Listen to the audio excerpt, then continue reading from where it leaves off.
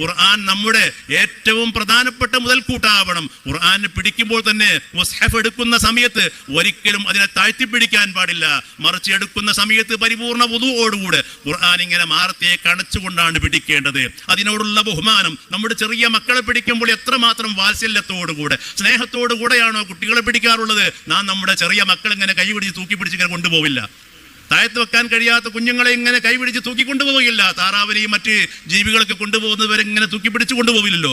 ഇതുപോലെ ഖുർആൻ ഒരിക്കലും ഇങ്ങനെ തൂക്കിപ്പിടിച്ച് കൊണ്ടുപോകാൻ പാടില്ല.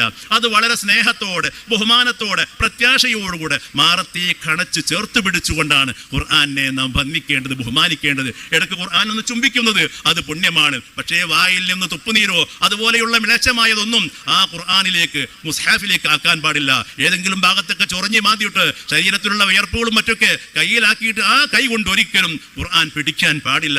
വളരെ സൂക്ഷിക്കണം. ചില ആളുകൾ ഇങ്ങനെ നോട്ടെണ്ണുന്നത് പോലെ ഇങ്ങനെ നാവ് കൊണ്ട് ഇങ്ങനെ കയ്യിന്റെ വെള്ളം ഇങ്ങനെ തൊട്ടിട്ട് ഒന്ന് നനയാൻ വേണ്ടിയിട്ട് അത് മറിച്ചിട്ട് കിട്ടാൻ വേണ്ടി ചില ആളുകൾ നാവും ഇങ്ങനെ തൊടാറുണ്ട്. തൊട്ടിട്ട് ഖുർആന്റെ ഏടുകൾ മറിച്ചാൽ സുബ്ഹാനല്ലാഹ്, അത് ഹറാമാണ്, തരിച്ച ഹറാമാണ്. നിസ്സാരപ്പെടുത്തിക്കൊണ്ടാണെങ്കിൽ ഇസ്ലാമിൽ നിന്ന് പുറത്തു പോകും. എന്റെ പ്രിയപ്പെട്ട മുഅ്മിനുകളെ, നമ്മുടെ കാവലോടുകൂടെ ശ്രദ്ധയോടുകൂടെയാണ് വിശുദ്ധ ഖുർആനുമായി നാം ബന്ധപ്പെടേണ്ടത്, കൈകാര്യം ചെയ്യേണ്ടത്. ഖുർആൻ വളരെ മഹത്വത്തോടുകൂടെയാണ് നാം ആദരവോടുകൂടെ ഖിബലക്ക് മുന്നിട്ടിരുന്നു കൊണ്ട്, നമുക്ക് ഖിബലക്ക് മുന്നിട്ടിരുന്നു കൊണ്ട് ഓതാൻ പറ്റുമെങ്കിൽ എപ്പോഴും അങ്ങനെ ഇരുന്നു